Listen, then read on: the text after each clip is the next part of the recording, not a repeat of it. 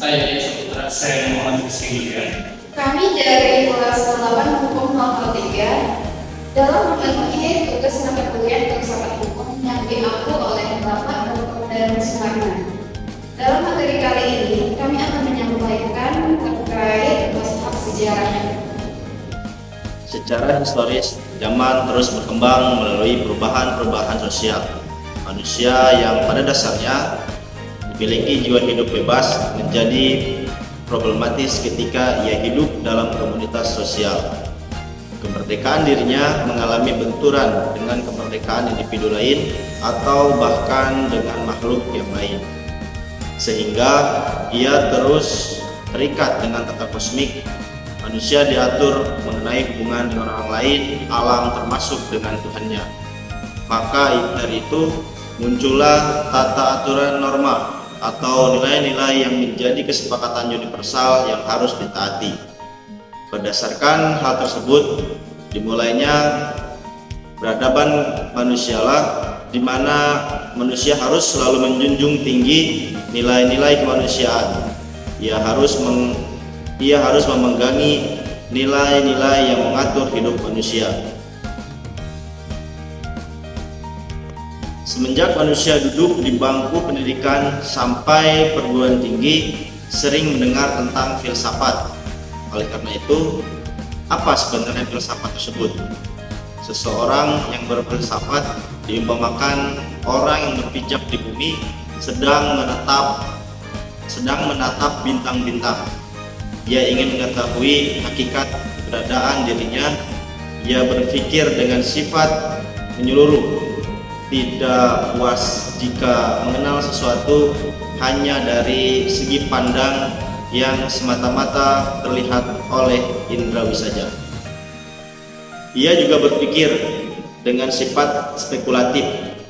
Dalam analisis maupun pembuktiannya dapat memisahkan spekulasi mana yang dapat diandalkan dan mana yang tidak.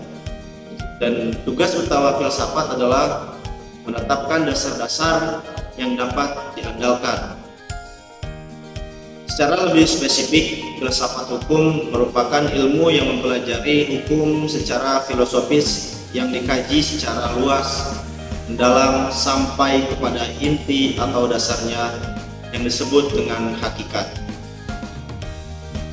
Tujuan mempelajari hukum filsafat untuk memperluas cakrawala sehingga dapat memahami dan mengkaji dengan kritis atas hukum, dan diharapkan akan menumbuhkan sifat kritis sehingga mampu menilai dan menerapkan kaidah-kaidah hukum.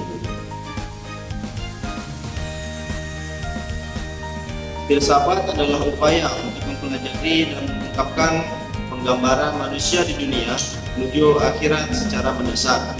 Objeknya adalah material dan formal.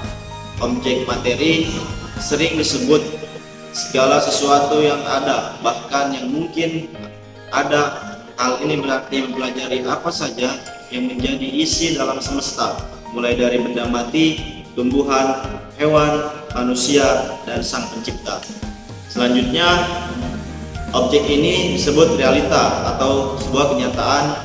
Dari objek yang dimaksud dengan filsafat ingin mempelajari baik secara fragmental atau menurut bagian dan jenisnya, maupun secara integral menurut keterikatan antara bagian-bagian dan jenis-jenis itu di dalam suatu keutuhan secara keseluruhan.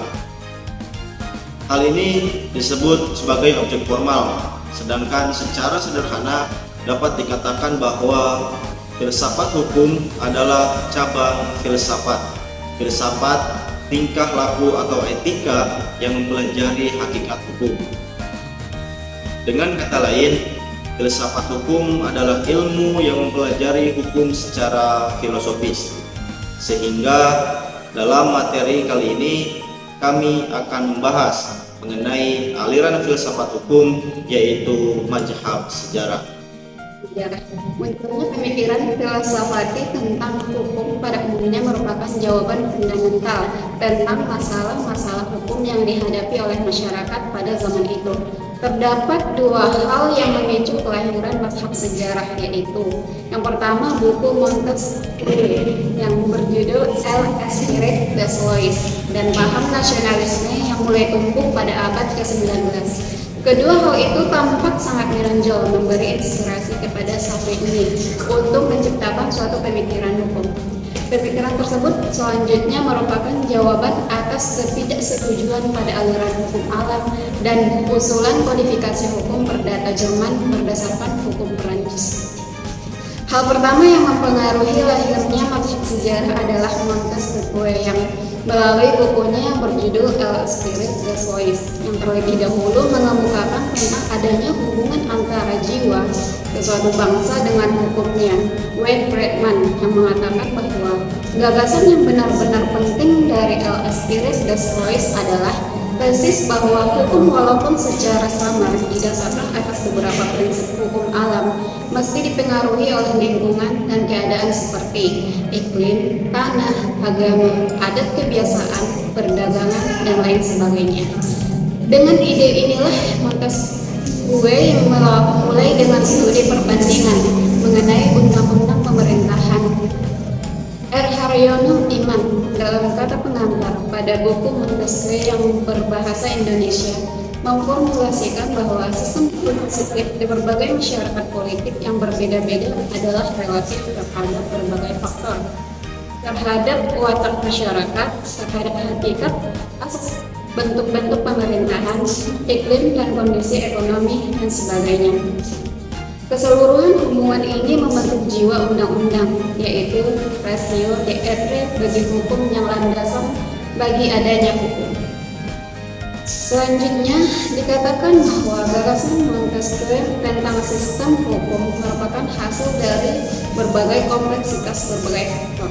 Ketika Montesquieu membahas penyebab suatu negara mempunyai perangkat hukum atau struktur sosial dan politik tertentu, dikatakan bahwa hal itu dikarenakan dua faktor. Yang pertama, faktor fisik dan faktor moral. Faktor fisik yang utama adalah iklim yang menghasilkan akibat fisiologi dan mental tertentu. Yang juga harus dipertimbangkan adalah keadaan dataran, kepadatan penduduk, dan daerah kekuasaan suatu masyarakat. Selanjutnya, yang dimaksud sebagai faktor moral adalah agama, hukum, peribahasa, kebiasaan, ekonomi, dan perdagangan, cara berpikir dan suasana yang tercipta di pengadilan negara. Berdasarkan uraian tersebut, tampak bahwa Montesquieu mendekati pokok bahasanya lebih sebagai ahli filsafat sejarah daripada semangat seorang ahli sosiologi positistik. Faktor-faktor pembentuk jiwa undang-undang dan peranannya sebagai sistem hukum positif sebagaimana dikemukakan di atas. Mazhab sejarah juga diilhami oleh paham nasionalisme yang mulai timbul di awal abad ke-19. Deutsche über alles, demikianlah semboyan Jerman mengekspresikan tingginya nasionalismenya. Bahkan kemudian semboyan itu terkesan menunjukkan sikap Chauvinis. Dengan memanfaatkan euforia politik yang sedang berkecamuk pada warga negara dan penyelenggara negara pada waktu itu, Savegne menyarankan penolakan terhadap usul Thibaut dalam pamfletnya yang berbunyi Über die Notwendigkeit eines allgemeinen bürgerlichen Rechts für Deutschland, atau keperluan akan adanya kodifikasi hukum perdata negara Jerman. Tentulah usul Thibaut, ahli hukum perdata Jerman, yang menghendaki agar di Jerman diperlakukan kodifikasi perdata dengan berdasarkan hukum Prancis atau Kode Napoleon, dirasakan tidak selaras dengan semangat nasionalisme. Jerman yang ada pada waktu itu sedang menggelora. Euforia nasionalisme yang cenderung chauvinistik tersebut mustahil dapat menerima upaya pembentukan hukum yang berasal dari jiwa bangsa lain, atau dalam hal lain, Prancis yang meninggalkan Jerman. Kemudian, dalam suasana demikian, Savegne mendapatkan lahan subur untuk menanam dan menyemaikan ajarannya yang mengatakan bahwa hukum itu tumbuh dan berkembang bersama masyarakat. Dan oleh karena setiap bangsa memiliki Volksgeist atau jiwa rakyat yang berbeda, maka hukum suatu negara tidak dapat diterapkan bagi negara lain, meskipun negara lain itu adalah bekas jajahannya. Dalam kaitannya ini, kemudian Savigny mengatakan adalah tidak masuk akal jika terdapat hukum yang berlaku universal pada semua waktu. Hukum yang sangat tergantung atau bersumber kepada jiwa rakyat tersebut dan menjadi isi dari hukum itu ditentukan oleh pergaulan hidup manusia dari masa ke masa atau sejarah. Selanjutnya, yang kedua, faktor-faktor yang mempengaruhi lahirnya mazhab sejarah. Mazhab sejarah lahir karena adanya faktor-faktor 1. Rasionalisme abad ke-18 yang didasarkan atas hukum alam, kekuatan akal, dan prinsip-prinsip dasar yang semuanya berperan pada filsafat hukum, dengan terutama mengandalkan jalan pikiran deduktif tanpa memperhatikan fakta sejarah, kekhususan, dan kondisi sosial. Yang kedua, adanya semangat revolusi Prancis yang menentang adanya wewenang tradisi dengan nilai kosmopolitanya atau kepercayaan kepada rasio dan daya kekuatan tekad manusia untuk mengatasi lingkungannya, seruannya ke segala penjuru dunia. Yang ketiga, adanya pendapat yang berkembang pada saat itu di mana hakim dilarang untuk menafsirkan hukum karena undang-undang dianggap dapat memecahkan semua masalah hukum. Kode sipil dinyatakan sebagai kehendak legislatif dan harus dianggap sebagai suatu sistem hukum yang harus disimpan dengan baik sebagai suatu yang suci karena dianggap lahir dari suatu yang murni. Yang keempat, adanya kodifikasi Jerman setelah berakhirnya era Napoleon Bonaparte yang diusulkan oleh Thibaut di abad ke-18 akhir, guru besar pada Universitas Heidelberg di Jerman. Hukum itu sukar untuk diselidiki, sedangkan jumlah sumbernya bertambah banyak sepanjang masa, sehingga hilang keseluruhan gambaran darinya. Karena itulah harus diadakan yang namanya perubahan yang tegas dengan jalan penyusunan undang-undang dalam kitab. Hal ini merupakan kebanggaan Jerman. Keberatan yang sering dikemukakan adalah keberatan di daerah-daerah. Hukum itu harus disesuaikan dengan keadaan setempat yang khas dan bahwa orang harus menghormati apa yang sudah menjadi ketentuan adat. Sebenarnya, sebelum abad ke-18 adalah abad rasionalisme. Pemikiran rasionalisme mengajarkan universalisme dalam cara berpikir, cara pandang. Inilah yang menjadi salah satu penyebab munculnya mazhab sejarah yang menentang universalisme.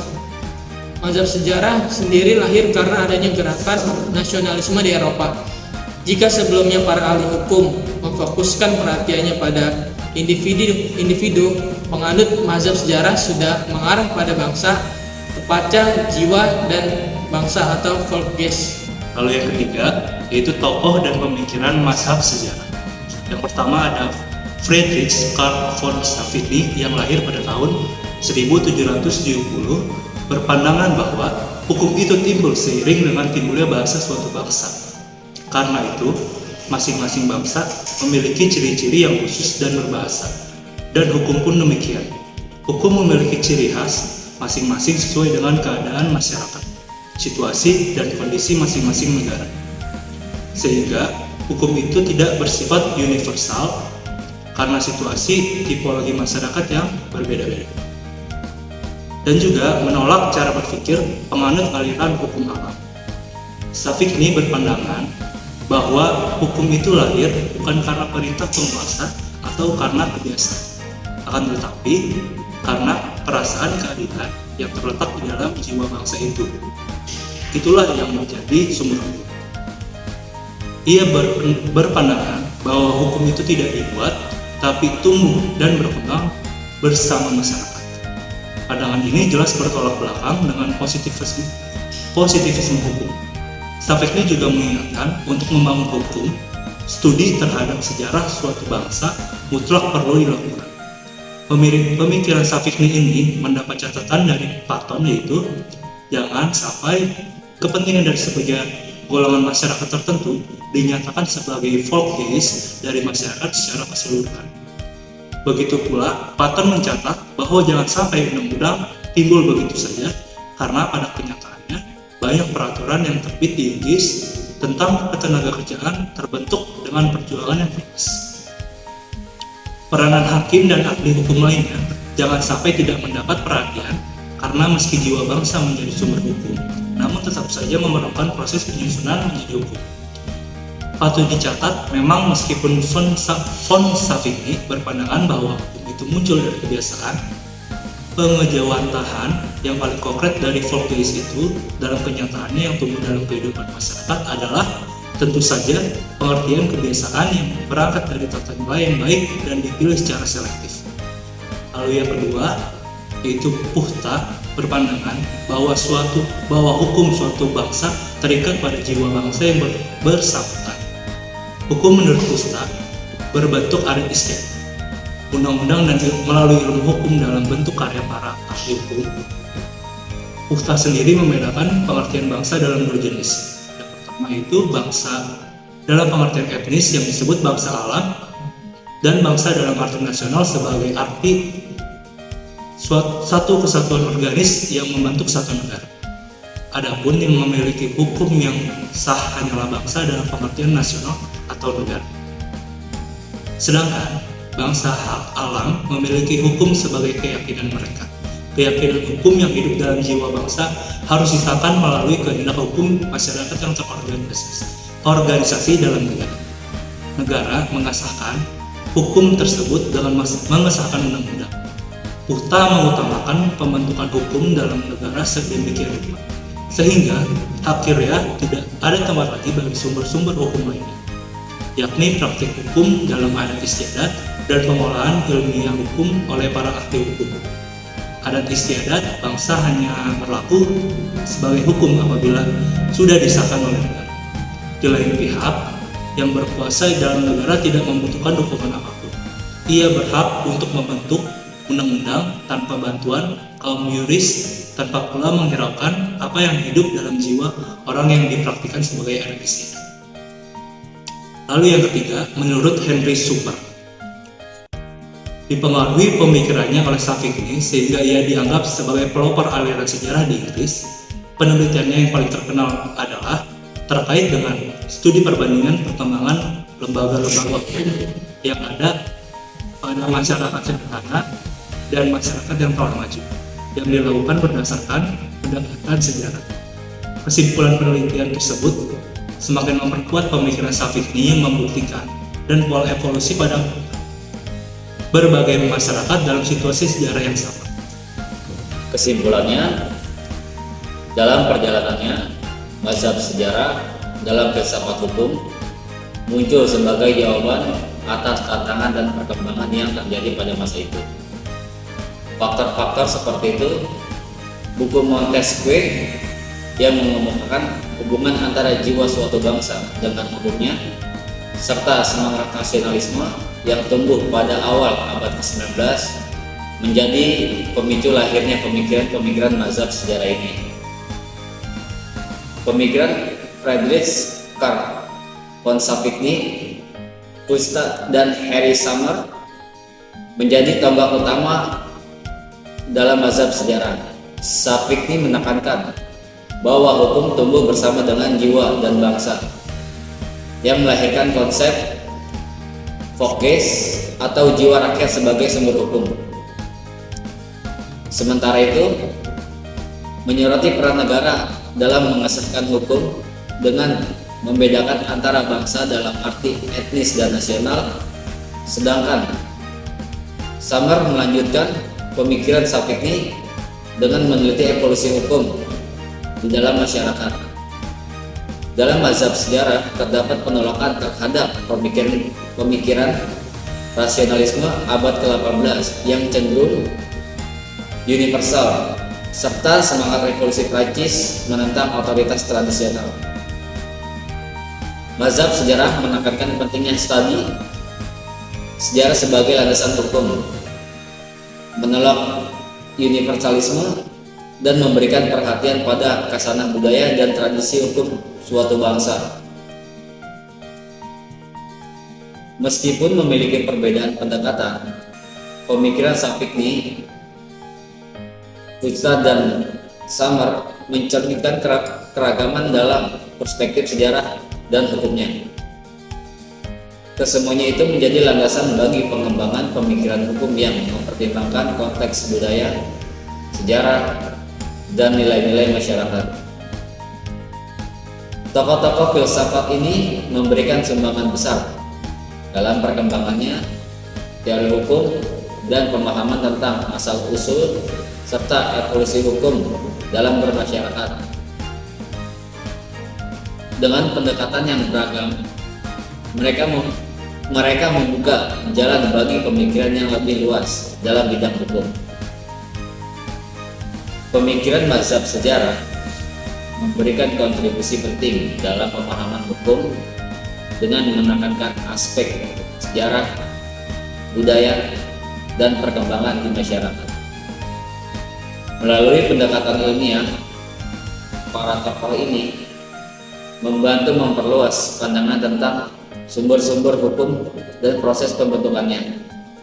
Sering terkait kisah sejarah yang dapat kami sampaikan, kurang dan lebihnya kami mohon maaf. Wabillahi taufiq wal hidayah.